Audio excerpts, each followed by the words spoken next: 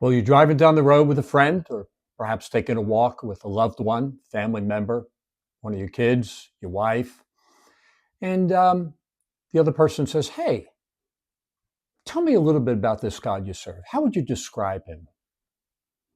What would you say?" My answer to you might be, "Hey, God bless you and good luck." How do we describe the awesome living God who created the worlds with a word? Light be, heavens be. How do you describe him? Well, we got to try. I'm glad you're with me. I'm Brian, Faith Fit Psalms. Feel free to subscribe and hit that button that alerts you to some of my different videos I'm posting. I normally try to post once or twice a week. And this one is a playlist, a series on that is what God is like. Because the question is, what is like God? Who is God? Now, that is no easy task. And of course, I'm just going to humbly try the best I can. We're just going to kind of scratch the surface of the creator and the universe of all this. Honestly, the inspiration came from Psalm 48, which we'll look at in a moment. But as I sat down to actually do this, it was hard to get my notes together and to get my thoughts together because it's such a daunting task. Plus, I could feel the pushback in the spirit because, we have an enemy of our soul. If you don't already know that, you'll probably recognize that as you live a little longer. And he does not want us to trust God, to know who God is. Because if you know him, you'll love him. If you know him, you'll put your trust in him, and then you're dangerous. You can change things because God will change you. So I'm kind of reminded a little bit about this story in the book of Judges, chapter 13. Now, Judges is right after Moses, or actually Joshua, led the people into the promised land.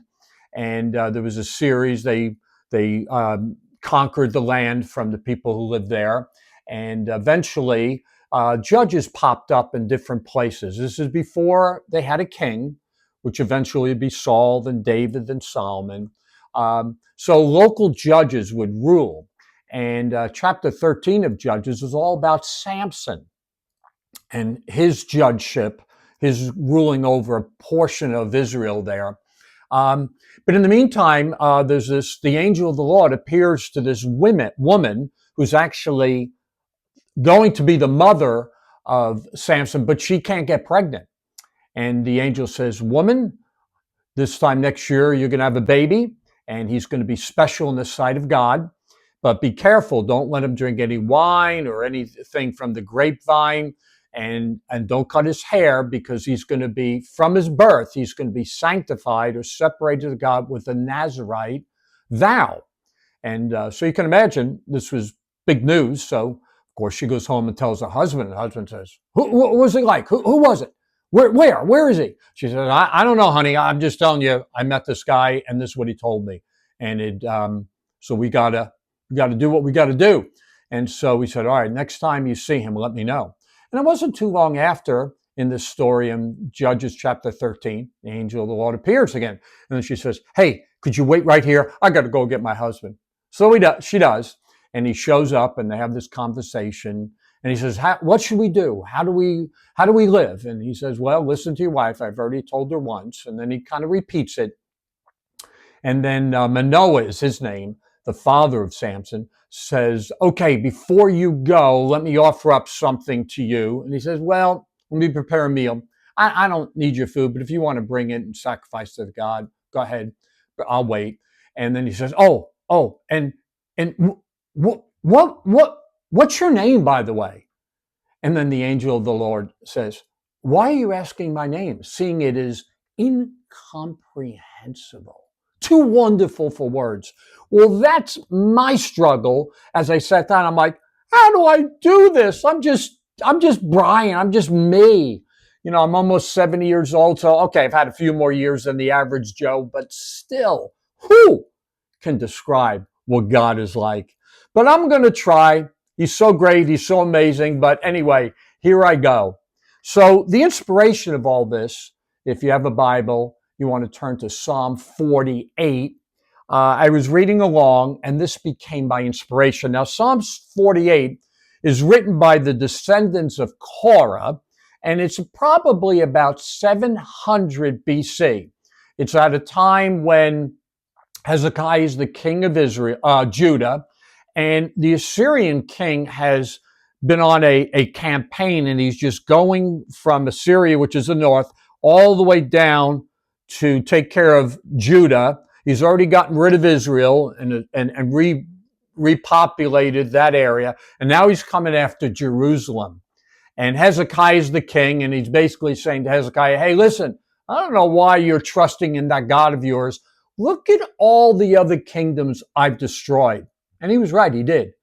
But of course, he didn't realize he was coming up against the God who created the heavens and the earth, the God of Israel, the God of Jerusalem, and Jerusalem was his home. That's what made Jerusalem so important.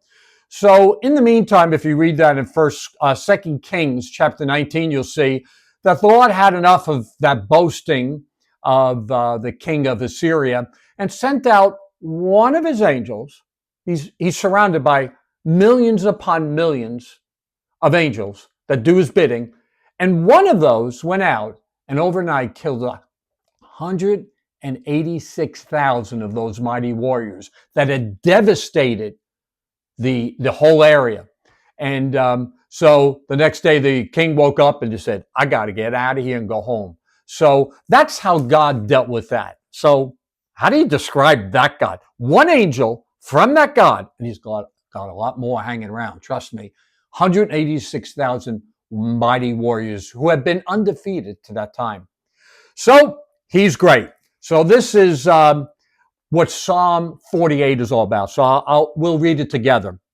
How great is the Lord?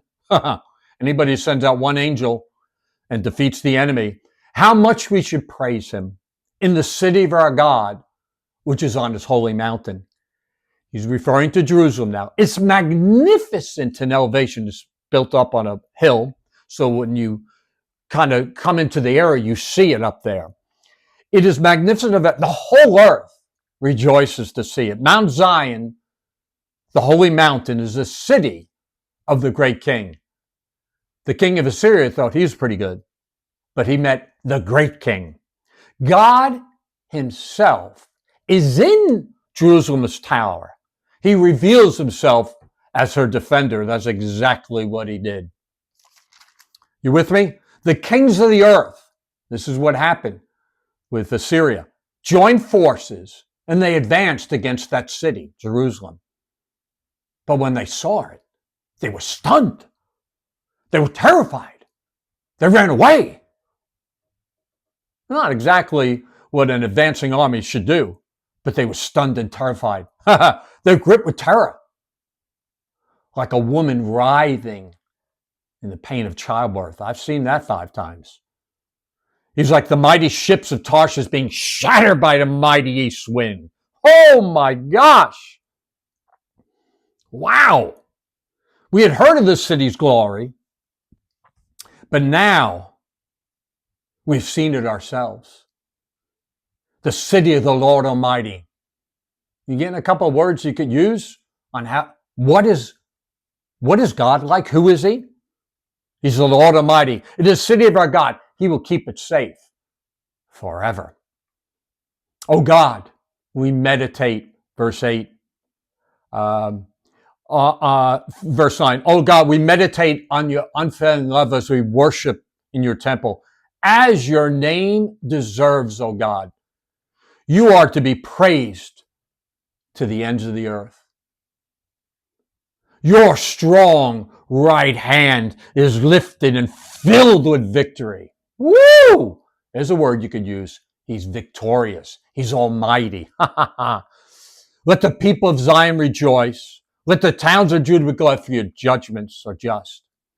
Now this next couple of verses 12 through 14, is the crux, the inspiration of the messages. And by the way, what I'm doing here over the next few minutes is I'm just giving you an introduction of what God is like. So you can say, that is what God is like. And then I'm going to do a playlist, and we're just going to go over maybe 10 or 15 minutes at a time, 2 or 3 scriptures and stories from the Old Testament and the New Testament. It's going to be overwhelming. And I'm trying to shock your system with awe. So you put your trust in God. You fall in love. Maybe you already love Him already. You should, I hope. Now you fall more in love with Him. Okay? So here's the crux. Here's the inspiration. Go inspect, verse 12. Inspect the city of Jerusalem, the home of our God. Walk around. Count the many towers. Take note of the fortified walls. Tour all the citadels, that you may describe them to future generations. Now, this was written 2,700 years ago. And here we are talking about it. We're talking about the greatness of God. For that is what God is like. He is our God. He's your God. He's my God forever and ever. And look at this. That's the awe. And here's the intimacy of God. And He will be our guide until we die. You mean, when God created us, He didn't just kind of wind up the earth and say, good luck. Hope it goes well for you. No. He will be our guide until we die. Oh my goodness gracious. Walk around. So let's go back to verse 12 there. So this is the introduction to the series on that is what God is like. You got to say it like that. That is what God is like. Try it sometime. Go, inspect, walk around, take note, tour, describe. So that's what we're going to do. I'm looking at my Bible here, and that's what we're going to go. Instead of the city of Jerusalem, we're going to inspect and the Bible. We're going to walk around it. We're going to count the many towers, all the miracles God did from the Old Testament, from creation to the New Testament, Jesus. We'll take note. We'll tour. And this is all going to be a series on describing God. So how would you describe God now? What are some words you might use? Amazing, awesome, victorious, immovable, mighty, almighty, kind. He's a helper. He's a guide. Shepherd. Makes a rough places smooth. He's victorious. His right hand is strong. Involved. He's kind. He's gracious. See, I asked you that question. How would you describe? Well, I probably just gave you 15 words. And you know what? It is probably 1,500 words. Just scratching the surface. Getting closer. Oh, you can see why now. I had a little struggle. That's okay. It's a good struggle. How do we describe our God to people? How do we think about Him for ourselves? How do we describe Him to someone else? He's our guide until we die. Oh, you gotta love Him. You gotta love Him. You gotta love Him. Okay, there's so much more, but you're going to have to join me. This is just the introduction. Go to part 1. I'll be sure to link this in my notes. Part 1, part 2, part 3. I don't know how many parts I'm going to do. It could be 10, 15. I'm just going to keep going till I exhaust myself. But the interesting thing about spending time with God, you join Him, you meet with Him, you're exhausted, and you leave His presence.